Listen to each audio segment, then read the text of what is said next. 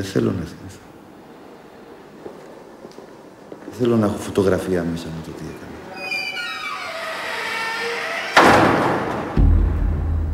Αναρωτιέμαι τελικά αν το έχω διαπράξει εγώ αυτό το αδίκημα.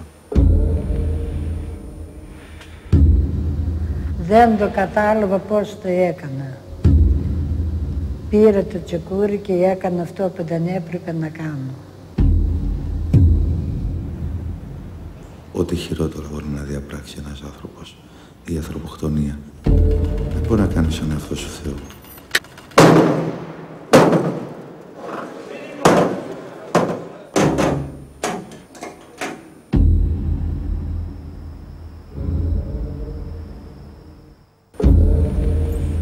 Βία. Πρέπει να σε δω. Να νιώσεις τη βία του ανθρώπου. Τη βία μέσα σου. Γιατί αστοχεί ο φουνιάς πάνω του. Γιατί δεν είναι αυτός που σημαδεύει τον εαυτό του. Γιατί δεν είναι αυτός που κινεί τα δικά του χέρια. Είναι σαν να σκότωσα τον ίδιο τον εαυτό μου. Που τα ίδια τα παιδιά ήταν εκεί μαζί και ούτε τα παιδιά δεν έβλεπαν μπροστά. Μέσα στην αγανάκτηση που είχα και στη θολούδα μου λέω τέρμα. Και για σένα και για μένα.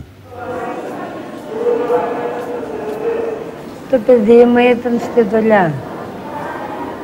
Μετά εγώ είχα πηγαίνει σε μια γειτόνισσα και πίνουμε καφέ. Βλέπω το παιδί μου ήρθε με το μηχανάκι και πήγα να το βάλω για να φάει. Εφόσον το έβαλα έφαγε, εγώ πήγα να μαζέψω κάτι πράγματα για το μαντρί μου, να τα πηγαίνω στον άντρα μου. Πήγε μέσα, έκανε το μπανάκι του και μπήκε από το παράθυρο μέσα, δεν μπήκε από την πόρτα, η πόρτα ήταν κλειστή.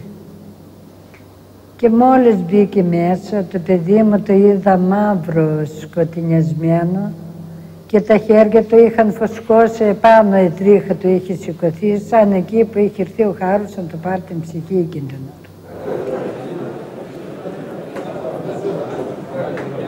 Πολλοί κόσμος με έχει ρωτήσει και διαρκώς με ρωτάει και μια ζωή θα με ρωτάει πώς έμπλεξε, παιδί μου.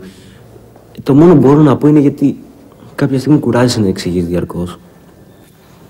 Ότι αν δεν έμπλεκα με τον σατανισμό, σίγουρα με κάτι θα είχα μπλέξει ζωή μου, δεν υπήρχε περίπτωση.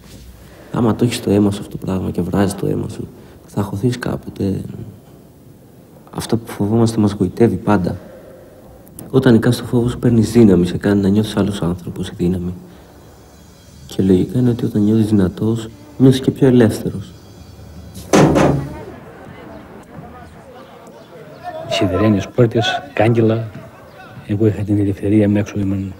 Δεν περίμενα, ουδέποτε υπολόγιζα ότι θα ήταν μέσα στη φυλακή. Περνούσα κάποτε απ' έξω στον κορυδαλό και έλεγα ποιος ξέρει τι ανθρώποι είναι αυτού μέσα. Και να που ήρθα κι εγώ εδώ μέσα.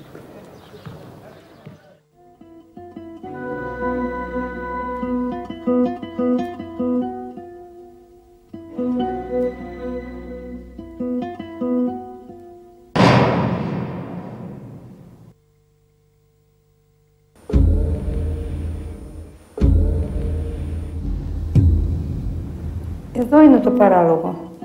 Εγώ που αγαπάω και λατρεύω τα παιδιά μου, έκανα αυτή την πράξη. Εδώ είναι το παράδοξο. Όλοι οι άνθρωποι έχουν σκεφτεί να σκοτώσουν κάποιον. Είσαι τυχερός αν τη στιγμή που σε κυριεύει μια τέτοια σκέψη συμβεί κάτι άλλο στη ζωή σου και σου αποσπάσει την προσοχή.